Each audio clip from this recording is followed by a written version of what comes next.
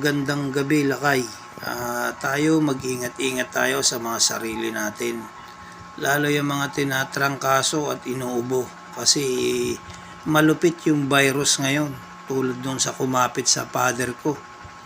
Inuubo lang siya, napagod, tas nilagnat, inubo.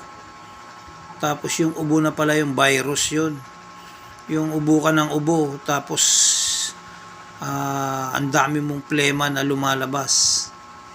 Ayun pala, delikado rin pala yung mga ganon, yung malupit na virus yun. Kasi dalawa na yung nangyari sa kaibigan ko, ganon. Una, yung father ko, tapos meron pa akong kasamaan sa opisina, yung nanay ata niya, ganon din, nasa ospital din ngayon. Ganon din, inubo daw lang siya, natas inubo. Tapos bagsak niya, pneumonia rin. Ang lakas-lakas niya, tapos biglang nilagnat, ubo ng ubo. Tapos hirap daw huminga, dinala sa ospital. Tapos yung dito naman sa yung may-ari naman ng apartment, yung namamahala sa apartment, ganon din. Parang nilagnat, tas nahirapan huminga. Ubo din ng ubo. Puro plema din. Hirap sa plema, hirap huminga.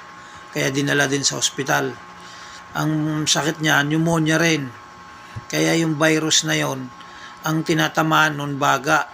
Kaya yung mga mahihina baga, mag-ingat-ingat. Lalo yung mga mahihina ang immune system. Kaya kayo dapat lagi kayong uminom ng vitamin C. Kaya yun ang pinupuntirya ngayon, yung virus na yan dumarating. Kasi nangyari na sa father ko. Tapos yung kasama ko sa trabaho, ganun din yung kamag-anak niya. Tapos yung may-ari ng apartment na tinitira namin, ngayon nakakonfine sa ospital. Ganun din, inubo, ng kaso. Tapos ubo ng ubo, puro plema din. Tapos ang bagsak niya, pneumonia rin. Kaya mag-ingat tayo sa mga yung mga virus ngayon na dumarating. Kaya kung pwede, iwas kayo sa mga mauusok na lugar. Lalo yung mga may naninigarilyo, ganon, iwas kayo. Dahil yan ang malupit sa virus ngayon na kumakalat. Kaya pag may nararamdaman na kayo na ubo kayo ng ubo at sinisipon, medyo mag-vitamin C na kayo. O kaya uminom kayo ng maligamgam na tubig na may kalamansi para wala ka agad yung plema. Kasi yung plema na yun, parang yung malagkit na plema, yung hindi ubo ka ng ubo pero gusto mong ilabas pero nahihirapang lumabas hanggang sa sumisigip na yung paghinga mo, ganun yun, yung mga pakiramdam. Nung nakausap ko na yung may-ari ng apartment at saka yung yung kamag-anak nung kasama ko sa trabaho.